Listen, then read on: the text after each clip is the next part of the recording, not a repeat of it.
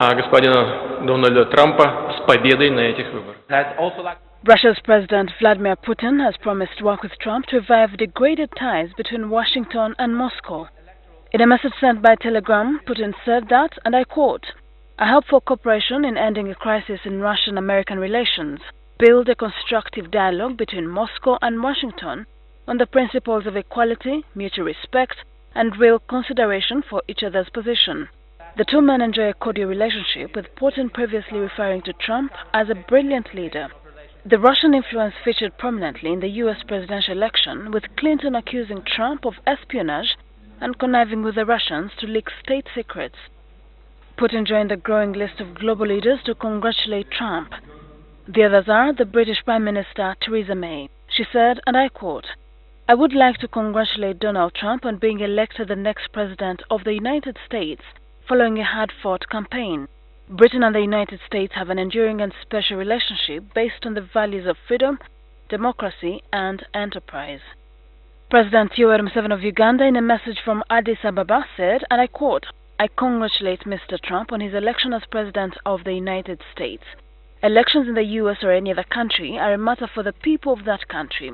Our relationship with the US will continue regardless of which leader is leading." The controversial United Kingdom Independent Party leader Nigel Farage, who spearheaded the Brexit campaign, had this to say, "I hand over the mantle to Donald Trump. 2016 has been the year of two great political revolutions," adding, "I thought Brexit was big, but boy, this looks like it's going to be even bigger." Rwanda's Paul Kagame in a tweet said, "Congratulations to Donald Trump for a well-earned victory. Looking forward to continued good relationship with the United States and the new administration." French President François Hollande shared a sentiment held by many observers when he said, "I congratulate him as is natural between two democratic heads of state. This American election opens a period of uncertainty."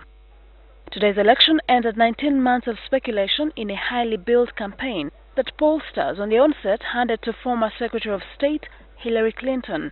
In Uganda, the American embassy organized an election viewing party where diplomats and other dignitaries followed the proceedings as votes streamed in.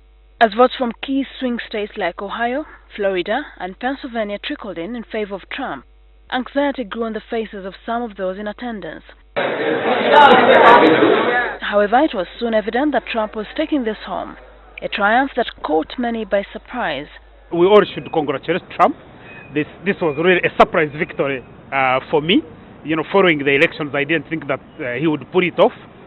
But also, I think that the Trump presidency can only evolve.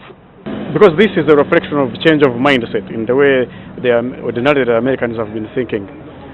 And so it gives us hope, even back here in Uganda, that you can actually run against the establishment and that you can compete and marshal support and win. Democrats and Republicans agree on having and maintaining a strong bipartisan relationship with the people of Uganda. And what I hope that the Donald Trump administration will do differently from the previous administrations is that they should listen to African head of states, and they should listen to us, to our wishes, and work in line with our programs and expectations of our people, rather than imposing values and ways of lives that our people are not accustomed to. God's will has been done, and that's it. And why am I saying this?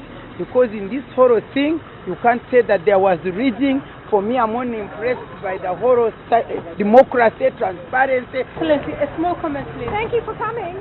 It's a great day for American democracy. The people have spoken.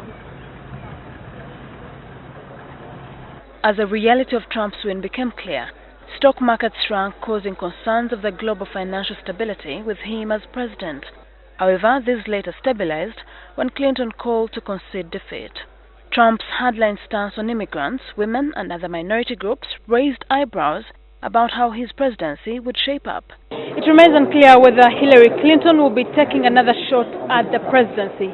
But for now, a majority of the sentiments is that as much as Donald Trump has been unconventional during this campaign, he will probably adopt a different stance when he takes office in January 2017. Shilan Wuchri, NTV, Kampala.